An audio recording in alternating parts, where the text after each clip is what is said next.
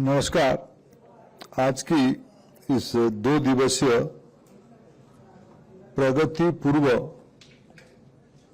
देश भर की स्कूल शिक्षा मंत्रियों की सम्मेलन में उपस्थित सभी राज्यों की आदरणीय मंत्री समूह मित्रगण, प्रमुख अधिकारी मित्रगण, हमें बताया गया लगभग सभी राज्यों की प्रतिनिधि आज की इस कार्यक्रम में उपस्थित है, समावेश में उपस्थित है। भारत सरकार की वरिष्ठ अधिकारी मित्रगण, विभिन्न संगठनों की प्रतिनिधि करने वाले मित्रगण, मैं आप सबको आभार प्रकट करता हूं। एक प्रकार शायद ये बैठक 29 जुलाई को होने वाला है। प्रगति की मीटिंग 29 जुलाई को होगा। 29 जुलाई हम सभी के लिए एक महत्वपूर्ण अवसर है। This the 6th completion year of national education policy 2020। ये 6वां साल घिरा होगा, वर्ष पूर्ति होगा राष्ट्रीय शिक्षा नीति की क्रियान्वयन की। हम 7th ईयर में एंटर करेंगे। उसकी पहले प्रधानमंत्री जी की सुझाव था, जब हम समग्र 3.0, निपुण 2.0 और पीएम पोषण की आने वाले दिनों की योजना, पीएम श्री जैसे महत्वपूर्ण योजनाओं को क्रियान्वयन करने के लिए गति देना, अटल टिंकरिंग लैब की व्याप्ति करना, उस बैकग्राउंड में इस 2 दिन की शिक्षा मंत्री और वरिष्ठ अधिकारियों की सम्मेलन बहुत महत्वपूर्ण है। आज लगभग 7 माननीय मंत्रियों ने अपने अपने विचार को उपस्थापित किया। बाकी सभी मंत्री कल अपना विचार को उपस्थापित करेंगे। 1-2 मंत्री हमें सूचना दिया गया कल तक आ जाएंगे। और जिन राज्यों से माननीय मंत्री उपस्थित नहीं है, मैं देख रहा हूं सभी राज्यों की, आंध्र से लेकर उत्तर प्रदेश तक अनेक वरिष्ठ अधिकारी यहां उपस्थित हैं। सभी वरिष्ठ अधिकारी मित्रगण लिखित रूप में या व्यक्तिगत हमारे विभाग की सभी वरिष्ठ अधिकारियों को मिलकर अपने अपने विषय को उपस्थापित करेंगे, अपने प्राथमिकता को उपस्थापित करेंगे और अपने बहुमूल्य सुझाव को देंगे। और मैं एक विषय, आज समय की मर्यादा था, हम कभी फिर एक बार मिले। जिन जिन विषयों में समग्र एक योजना है, पीएम पोषण एक योजना है, पीएम श्री एक कार्यक्रम है, सेंट्रल स्पॉन्सर स्कीम है, हम नियोजन कर रहे हैं। ये सारे के मूल आधार नेशनल एजुकेशन पॉलिसी 2020 है। इसको गतिशील क्रियान्वयन करने के लिए हम लोगों की जो प्रैक्टिस रहा है, केंद्र तो योजना बनाती है आपकी सहयोग से, आपकी परामर्श से, लेकिन शिक्षा, विशेष करके स्कूली शिक्षा, ये राज्यों की दायित्व है। राज्य, मैं जानता हूं, मैं अनेक राज्यों को, इस बीच में मैं आंध्र प्रदेश गया था, मैं अनेक राज्यों को नजदीक से देखता हूं, प्रवास में देखता हूं। आप लोग जब मिलने आते हो तब आपकी बीच में मेघालय के माननीय मुख्यमंत्री आए थे। उन्होंने अपने राज्य की शिक्षा की बहुआयामी प्रगति की ब्लूप्रिंट हमारे सामने रख रहे थे। मैं आप सबसे जब व्यक्तिगत में मिलता हूं, मेरे को लगता है आपकी राज्य की विद्यार्थियों के लिए, स्टूडेंट्स के लिए भारत सरकार की बियॉन्ड सोचते हो। अभी नीति आयोग की एक बहुत महत्वपूर्ण मीटिंग हुई थी, प्रधानमंत्री जी की अध्यक्षता में मीटिंग हुई थी। हमें अवसर मिला देश की लगभग सभी माननीय मुख्यमंत्रियों से मिलने का, और मैं बहुत जिम्मेवारी के साथ कहता हूं, सभी माननीय मुख्यमंत्रियों ने अपने राज्यों की शिक्षा के बारे में प्राथमिकता की प्रतिबद्धता भी दर्शाई है। मैं आपके माध्यम से आपके राज्य की माननीय मुख्यमंत्रियों को, आपकी पूरा शिक्षा टीम को बधाई देता हूं, शुभेच्छा देता हूं। और उसके माध्यम से आप जो बेस्ट प्रैक्टिसेस, अच्छे पूरे जो आपके राज्य में करते हो, निपुण से लेकर शिक्षक शिक्षा तक अनेक सुझाव भी आज आए हैं। भाषा के बारे में सुझाव आए हैं, इंफ्रास्ट्रक्चर के बारे में सुझाव आए हैं, विशेष कुछ इलाका में आपकी जो रणनीति है उसके बारे में भी आपने सुझाव दिया है। ये सब भारत सरकार के अधिकारी आज भी नोट किए हैं, कल भी नोट करेंगे। कल समग्र शिक्षा के और कुछ विषयों के बारे में आपसे चर्चा होगी और विशेष करके पोषण के बारे में कल आपके साथ विस्तार से चर्चा होगी। मैं 2-3 विषय आपके सामने उल्लेख करना चाहता हूं। मित्रों, प्रधानमंत्री जी ने देशवासियों के सामने एक बहुत महत्वाकांक्षी लक्ष्य रखा है, देश के सामने रखा है। 2047 में भारत आजादी का शताब्दी मनाएगा। आज से 21 साल के बाद, 2 दशक के बाद भारत स्वतंत्रता की शताब्दी मनाएगी। विकसित भारत हम सबकी लक्ष्य है और ये विकसित भारत लक्ष्य पूरा करने की सबसे ज्यादा जिम्मेवारी किसके पास है? तो आज जिनके हाथ में शिक्षा विभाग है, विशेष करके स्कूल एजुकेशन डिपार्टमेंट है।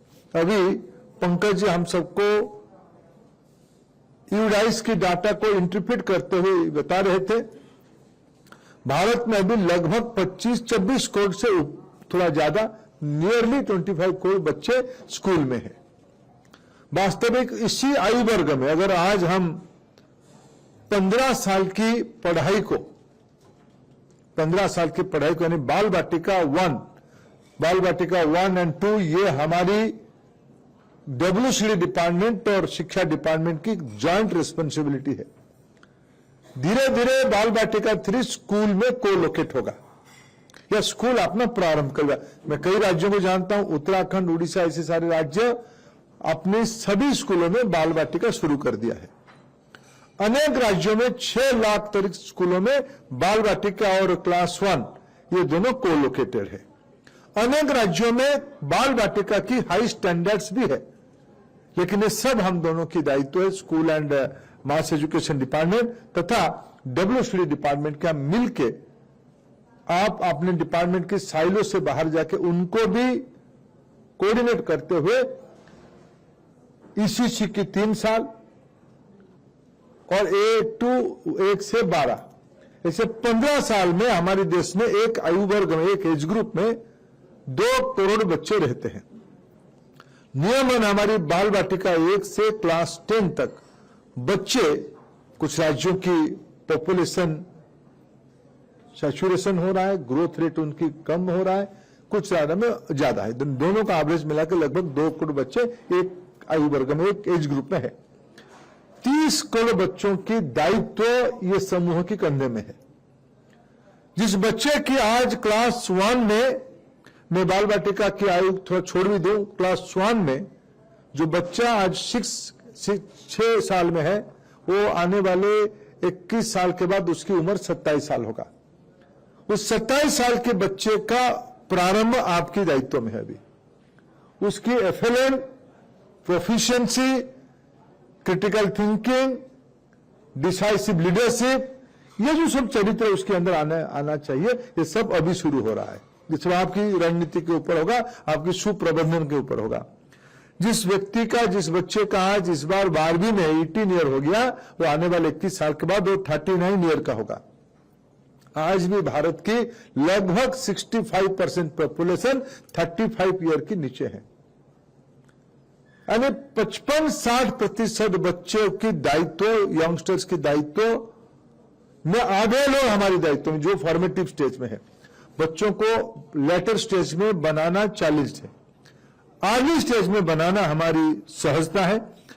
विकसित भारत के लक्ष्य को पूरा करना है तो इस 30 करोड़ बच्चों की minute planning school education department की स्ट्रैटेजी से होने वाला है। समग्र शिक्षा, PM पोषण उसकी 2 प्रमुख व्हीकल है।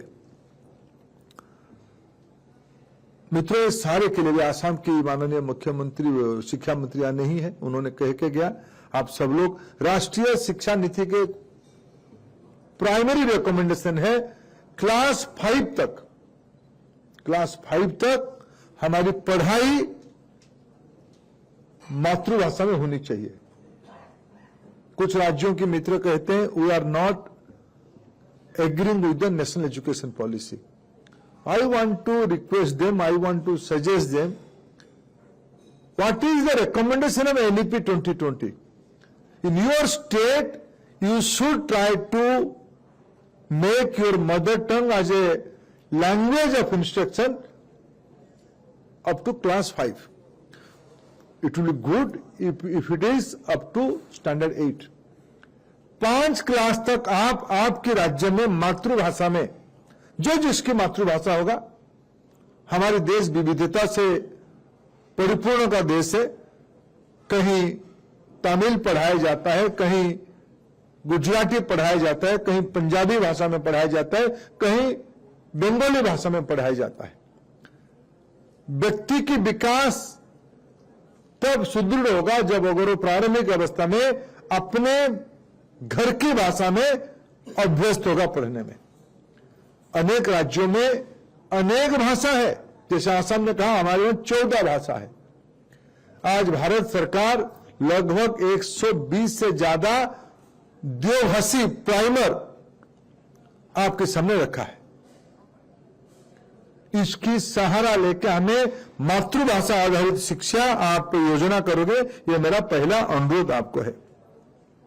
मित्रों, आज हम कुछ चीजों को अवॉइड नहीं कर सकते. अब विद्या समीक्षा केंद्र की बात हुई. इस बार यूडाइस में कई सारे डाटा आप लोगों की मदद से मिली है और हमारी अपेक्षा है आप लोग आपके अधिकारी मित्रों को परामर्श दो. यूडाइस डाटा को लाइव और डायनेमिक बनाएंगे. आप चाहे तो प्रतिदिन आपके राज्य की दुरंत इलाका की स्कूल की अटेंडेंस भी आप राजधानी में बैठ के देख सकते हो, जिला केंद्र में बैठ के देख सकते हो. उसके एकेडमिक परफॉर्मेंस के बारे में भी आप इसकी मॉनिटरिंग कर सकते हो. आज टेक्नोलॉजी एनेबल्ड एजुकेशन राष्ट्रीय शिक्षा नीति के एक प्रमुख परामर्श है. अनेक राज्यों की समग्र शिक्षा के बियॉन्ड अनेक राज्यों की टेक्नोलॉजी एनेबल्ड एजुकेशन इकोसिस्टम को भी देखता हूं. आप भी ये आपको एक अवसर मिला है. अनेक राज्यों ने इस प्रकार की बेस्ट प्रैक्टिसेस शुरू किया है. उसको आप परस्पर से भाव विनिमय करके, भारत सरकार भी आपके साथ लर्निंग प्रोसेस में, हम भी कुछ चीजों को आपसे शेयर करना चाहेंगे. आपकी बेस्ट प्रैक्टिसेस को हम ऑल इंडिया मॉडल करना चाहेंगे. मेरे मोह हो रहा है आप सब जो मित्र यहां बैठे सभी के राज्य की best practices and technology embedment मेरे को प्रभावित किया है, लेकिन मैं समय की मर्यादा के कारण उसको उल्लेख करना नहीं चाहता हूं. लेकिन आप सभी लोग टेक्नोलॉजी के आधार बनाना ये एक प्राथमिकता बनी है. मित्रों, एनईपी के एक प्रमुख रिकमेंडेशन था national curriculum framework. National curriculum framework और आगे चल के एनसीईआरटी अभी क्लास 9 तक किताब नई प्रारूप ले आया है. अगले एकेडमिक ईयर में हम 10th और 11th की किताब लाने का प्रयास कर रहे हैं और उसके आगे के साल में हम 12th की किताब लाएंगे. अनेक राज्यों ने अपने किताब को, टेक्स्ट बुक को एनसीएफ अलाइन किए हैं. हमारी कोई अपेक्षा आपके राज्य से नहीं है. आप एनसीईआरटी की किताब को कॉपी करो, कोई अपेक्षा नहीं है. ये आपकी राज्य की एकेडमिया, आपकी पॉलिटिकल लीडरशिप के ऊपर है. लेकिन क्या भारत की आज की पीढ़ी की विद्यार्थी भविष्य के विज्ञान और टेक्नोलॉजी के बारे में नहीं पढ़नी चाहिए? क्या उस राज्य की विरासत के बारे में वो गौरवान्वित नहीं होनी चाहिए? क्या उस राज्य की मातृभाषा में उसकी क्लास 5 तक पढ़ाई नहीं होनी चाहिए? अगर एनईपी कहा है कि 3 भाषा में क्लास 10 तक वो पढ़े, 6 to 10 3 भाषा में पढ़े, उसमें 2 भारतीय भाषा हो. मैं अनेक राज्यों को जानता हूं जिन राज्यों में, लगभग सभी राज्यों में 3 भाषा पढ़ते हैं. कुछ राज्यों में हिस्टोरिकली 2 भाषा पढ़ते हैं. वो आलोचना का विषय होगा, वो चर्चा किया जा सकता है. लेकिन आप एक बार एनसीएफ अलाइन, जिसमें साइंटिफिक टेम्पर है, जिसमें मदर टंग बेस्ड एजुकेशन की रिकमेंडेशन है, टेक्नोलॉजी एक प्रायोरिटी है, उसमें स्किल डेवलपमेंट एक प्रायोरिटी है. हमारी एजुकेशन डिग्री और वे सीमित ना होनी चाहिए, सर्टिफिकेट और डिग्री तक सीमित ना हो। हमारी प्रधानमंत्री नरेंद्र मोदी कहते हैं हमारी डिग्री और सर्टिफिकेट जितना महत्वपूर्ण है, कॉम्पिटेंसी उससे ज्यादा महत्वपूर्ण है। स्किल बेस्ड एजुकेशन, इस बार एनईपी ने कहा है व्यक्ति को होलिस्टिक डेवलपमेंट के लिए science, mathematics, social science, language के अलावा स्किल, फिजिकल एजुकेशन और आर्ट, ये तीनों विषयों को भी पढ़ने की आवश्यकता है। ये तीनों विषयों को आप लोग पढ़ाते भी हो, इलेक्टिव पढ़ाते हो, इसको एक सब्जेक्ट के नाते पढ़ाना, उसके अंदर एग्जामिनेशन करना, आप तय करो आपके राज्य में उसको बोर्ड में कन्वर्ट करोगे, बोर्ड एग्जामिनेशन में कन्वर्ट करोगे या क्लास एग्जामिनेशन पे आप कंडक्ट करोगे, उसको बोर्ड की मार्क में आप इन्वॉल्व करोगे, अभी इंटरनल या एक्सटर्नल करोगे आपके ऊपर है। लेकिन ये विषय को होलिस्टिक डेवलपमेंट के लिए आप एनसीएफ हालाइन खुद को करने की आप प्रयास कर रहे हो, उसको और करनी चाहिए, यह हमारी प्राथमिकता है, यह हमारा सुझाव है। कई मित्रों ने कहा ये सारे विषय की प्रमुख स्तंभ स्टूडेंट के बाद अगर सेकेंड बिगेस्ट स्टेक होल्डर कोई है तो टीचर। भारत सरकार समग्र 2.0 में सेंटर ऑफ एक्सीलेंस बनाने के लिए अनेक राज्यों को डाइट को अपग्रेडेशन का आर्थिक मदद किया है। उसकी प्रगति मित्रों और अच्छा होनी चाहिए। देश की सभी पहली बार देश में यूडाइस की डाटा कहता है 1 करोड़ से ज्यादा शिक्षक अभी भारत में है। अनेक विसंगति है, स्टूडेंट ले स्कूल भी है, स्टूडेंट ले स्कूल में 20,000 से ज्यादा टीचर भी है। इसकी आलोचना देश करती है, उसकी आलोचना का ज्यादा सरभ्य मैं होता हूं पार्लियामेंट में। लेकिन मित्रों आपको आपके राज्य में, मैं हमारे विभाग के अधिकारी मित्रों को कहूंगा, पंकज जी को कहूंगा, आप कोशिश करो राज्य की शिक्षा मंत्रियों के पास या उनकी शिक्षा सचिवों के पास आपकी जो तथ्य है स्पेसिफिक उस राज्य में जो एनोमलीज है, जो गैप है, उसके डॉक्यूमेंट आपको मिले। हमें शिक्षक की कैपेसिटी, शिक्षक को इस बार सीबीएसई ने class 9th onward computational thinking और एआई, CTAI का नया करिकुलम, नया पाठ्य पुस्तक इंप्लीमेंट किया है। अनेक राज्यों ने उसको किया है। आंध्र जैसे राज्यों को जानता हूं, उन्होंने भी अपना बच्चों के लिए टेक्नोलॉजी बेस्ड और एआई बेस्ड पढ़ाई का व्यवस्था किया है। आप शिक्षकों की कैपेसिटी बिल्डिंग में भारत सरकार ने हमें एक centre of excellence in AI in education के लिए दायित्व दिया है। मद्रास IIT को हमने दायित्व दिया है उसकी एक डिजिटल पब्लिक इंफ्रास्ट्रक्चर बनाने के लिए। बोधन एआई के माध्यम से प्राथमिक रूप में शिक्षकों की दक्षता बढ़ाने के लिए भारत सरकार आपके साथ मिलकर काम करना चाहता है। टीचर्स कैपेसिटी बिल्डिंग हमारी एक प्रायोरिटी की विषय है। मित्रों, एक विषय अभी जब आप लोगों ने पीजीआई पिछले 2 साल का पहले का आपने दिखाया, खूब शीघ्र आपको 24-25 जिसकी यूडाइस की डाटा अभी रिलीज हुआ है, 24-25 की हुई, 25-26 को हो गई, 25-26 की यूडाइस डाटा अभी रिलीज हुई, जिसमें देश में ड्रॉप आउट की रेट घटी है, जिसमें लड़कियों की पार्टिसिपेशन बढ़ी है, जिसमें पहली बार 1 करोड़ से ज्यादा टीचर भारत में बने उसकी रिफ्लेक्शन है, जिसमें हमारे इंफ्रास्ट्रक्चर में सभी राज्यों के प्रयास से इलेक्ट्रिसिटी हो, टॉयलेट हो, इंटरनेट हो, सभी सेक्टर में हमारे देश की एजुकेशन डिपार्टमेंट ने अपना स्टैंडर्ड्स बढ़ाया है। भारत की सभी जिलाओं के अगर परफॉर्मेंस ग्रेड इंडेक्स बनाया गया, पीजीआई राज्यों की बनी है, जिलाओं की बनी है।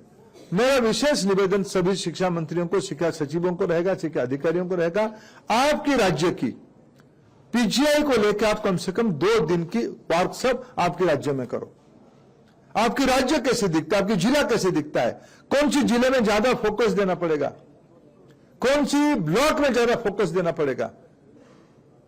मैं हमारे अधिकारी मित्रों को कहूंगा पीजीआई का जल्द ही एक online orientation state centric release करने वाला स्टेट सेंट्रिक समझाओ, और आप सभी के प्रवास होनी चाहिए, और उसमें पीजीआई का एनालिसिस आप सटीक रूप में करो। मित्रों, अभी मेघालय के आदरणीय मंत्री he was mentioning about school management committee, exactly what you are putting as a hurdles, that is our recommendation. Government has responsibility to take responsibility of infrastructure, teachers payment, but involve local community, parents, philanthropists of locality in the school management committee. In many states there is school management committee arrangement, but this is advisory from Government of India. हमें समाज को शिक्षा को लौटाना चाहिए। तनख्वाह तो सरकार की दायित्व है, स्कूल की बिल्डिंग सरकार की दायित्व है, कार्यकुलम सरकार की दायित्व है, लेकिन अगर इस जिस जहां स्कूल है वहां स्कूल के अभिभावक, पेरेंट्स और वहां के वरिष्ठ लोग स्कूल की देखभाल में गांव की रिलीजियस प्लेस, कम्युनिटी प्लेस अगर सोसाइटी की रिस्पॉन्सिबिलिटी है, तब स्कूल क्यों नहीं होगा। स्कूल में सोसाइटी को इन्वॉल्व करना, यह भारत सरकार विशेष करके सरकारी स्कूलों में बीच में थोड़ा कंफ्यूजन हुई थी, क्या प्राइवेट स्कूल भी स्कूल मैनेजमेंट कमेटी की परिधि में आएगा? नहीं आएगा।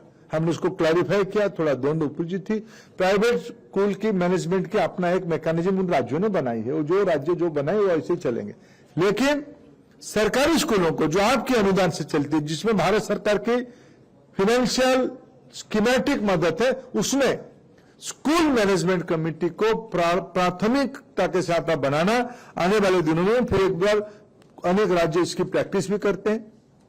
आप सभी लोगों को इन्वॉल्व करते हुए पेरेंट टीचर्स मीटिंग में, स्कूल मैनेजमेंट कमेटी की मीटिंग में आपकी इन्वॉल्वमेंट चाहिए। इसकी एक सोसाइटल इन्वॉल्वमेंट आपको करना, यह आपसे अपेक्षा है।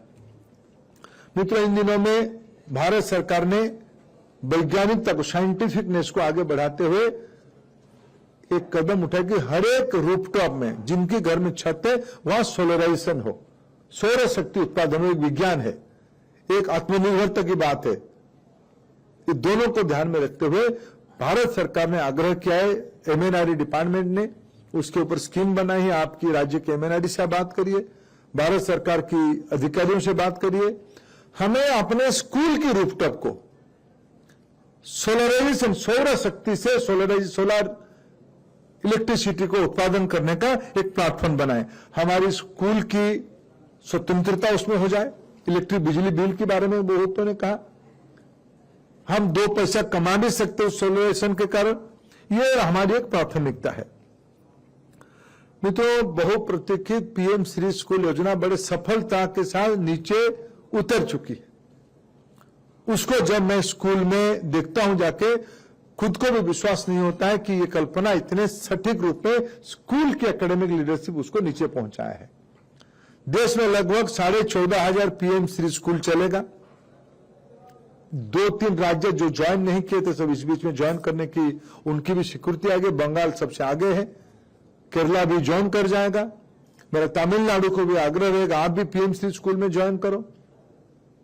पीएम श्री स्कूल आपकी इलाका के बच्चों की एक हब बने, साइंटिफिक डेवलपमेंट के हब बने, स्किलिंग के हब बने। आप उसके ऊपर ध्यान दोगे, पीएम श्री के ऊपर, यह मेरा आपको अपेक्षा है। मित्रों, व्यक्ति की शारीरिक विकास, पीएम पोषण में हम लोगों ने अनेक योजना बना रहे हैं। बहुत राज्य अपने पीएम पोषण की स्कीम के अलावा भी टॉप अप करते हैं। ये बड़ा अच्छा कदम है। आपको मैं जो राज्य वर्तमान स्कीम के ऊपर टॉप अप करते हैं उनको मैं धन्यवाद देता हूं। प्रधानमंत्री जी ने कहा था, आप उस इलाका में तिथि भोजन की अभ्यास बढ़ाओ, उस इलाका में एक माहौल बने। अगर हम घर में कुछ अच्छे चीज करते हैं, शादी ब्याह होती है, अच्छे काम होते हैं, तो उस कम्युनिटी किचन की, वो सामूहिक जो भोजन बनेगा उसकी भी लाभार्थी स्कूल बने। गांव में एक तिथि भोजन की, शहरों में तिथि भोजन की एक कल्चर बढ़े, और उसमें पोषण के साथ साथ बच्चों की मेंटल हेल्थ ठीक हो, उसके ऊपर आप ध्यान दे रहे हो। प्लेग्राउंड और स्कूल स्पोर्ट्स, हर एक स्कूल में स्पोर्ट्स होनी चाहिए। और आने वाले दिनों में भारत को, नौजवानों को ठीक रखने के लिए खेलो India youth affair sports ministry के साथ मिलके हम भारत सरकार एक स्कूल स्पोर्ट्स की एक अखिल भारतीय प्रारूप बनाएगी। राज्यों में आप लोग उससे बात शुरू करो, थोड़ा समय लगेगा। सीबीएसई अपना अलग स्पोर्ट्स करता है, कुछ राज्य अपना स्कूल स्पोर्ट्स करते ही रहते हैं। ये सबको मिलाते हुए एक नेशनल लेवल की स्कूल टैलेंट हंट तो स्कूल में होती है। हर एक स्कूल में मैदान है, मैदान को जी राम जी जैसे कार्यक्रम से जोड़ते हुए कन्वर्जन से हम उसको और बढ़िया करें। स्पोर्ट्स डिपार्टमेंट के हम उसमें से मदद लेंगे, सीएसआर की मदद लेंगे, इसको एक महत्वपूर्ण प्राथमिकता की विषय हम लोग बनाएं। मित्रों, मैं एक विषय प्रारंभ में थोड़ा विशेष उल्लेख करना चाहता हूं। निपुण 3.0 जल्द ही आपके सामने सुझाव के रूप में आएगा। ये समग्र के अंश है, फिर भी निपुण 3.0 में क्या प्राथमिकता आप देना चाहिए, उसके एक सुझाव पत्र भारत सरकार जल्द ही अगस्त 15 की पहले आपको उपलब्ध कराएगी। यह हमारी पूंजी है। निपुण एफएलएम की पहला शर्त है, उसमें आपकी प्राथमिकता रहे। मित्रों, जैसे मैंने कहा, इस बार हमने स्पोर्ट्स, आर्ट और स्किल की कल्पना आपके साथ पहले भी था, वोकेशनल एजुकेशन के नाम पे। स्किल को 6th क्लास से अनवर्ड एक प्रायोरिटी के विषय कैसे बनेगा जिसमें एम्प्लॉयबिलिटी बढ़ेगा, यह हमारी एक प्राथमिकता का विषय बने। आने वाले दिनों में उसको राज्य थोड़ा और योजना बनाए, स्टेट स्पेसिफिक योजना बनाए, डिस्ट्रिक्ट स्पेसिफिक योजना बनाए, यह हमारी सुझाव रहेगा। तो आपार आईडी विद्यार्थियों की अनुमति लेते हुए, पेरेंट्स की अनुमति लेते हुए 70% हो जाए, यह आपकी दायित्व होनी चाहिए। अभी कुछ कोर्ट ने कहा है कि करना चाहिए, लेकिन कॉन्सेंट लेके करनी चाहिए। आप इसको कैसे करोगे, ये आपकी रणनीति के ऊपर, आपकी स्किल के ऊपर निर्भर करता है। आप इसको ध्यान दोगे, ऐसा हमारी सुझाव है। मित्रों, मैं कुछ प्राथमिकता आपको गिनाया। मैं आशा रखता हूं आप सब लोग समग्र शिक्षा की जो योजना बनी है, विकसित भारत की लक्ष्यों को पूरा करने के लिए, भारत की नई पीढ़ी को भारत की रिस्पांसिबिलिटी के साथ ग्लोबल रिस्पांसिबिलिटी के लिए तैयार करना है, तो हमें भारत की स्कूल शिक्षा को मजबूत करना पड़ेगा। आप सभी लोग आपके प्रयासों में एक मॉडल बना ही रहे हो। मैं सभी मेरे सहयोगी मंत्री मित्रों को धन्यवाद देता हूं। आपने समय निकाल करके, प्रधानमंत्री जी जब देश की स्पेसिफिक 2 स्कीम की समीक्षा करेंगे, समग्र शिक्षा और पोषण, काला पोषण के बारे में आप बहुमूल्य मत देने वाले हो, राज्यों के अधिकारी मत देंगे, ये सारे को एक सिनॉप्सिस बना के, समरी बना के हमारे अधिकारी मित्रगण प्रधानमंत्री जी की बैठक में स्थापित करेंगे, उपस्थापित करेंगे। इसमें हमें एक नई रणनीति बनाने के लिए शिक्षा वर्ष 26-27 में, आज हम जुलाई में है, फंक्शनली प्रैक्टिकली अभी ही शिक्षा वर्ष आरंभ ही हो रहा है। अप्रैल में भले ही आरंभ हुआ था, लेकिन जुलाई महीने में ये फंक्शनल शुरू हो रहा है, पढ़ाई अभी शुरू होगा। हम आने वाले दिनों में फिर कभी लंबे समय के लिए मिलेंगे। मैं आप सबको फिर एक बार इस महत्वपूर्ण डिलीवरेशन में आने के लिए धन्यवाद देता हूं। नमस्कार।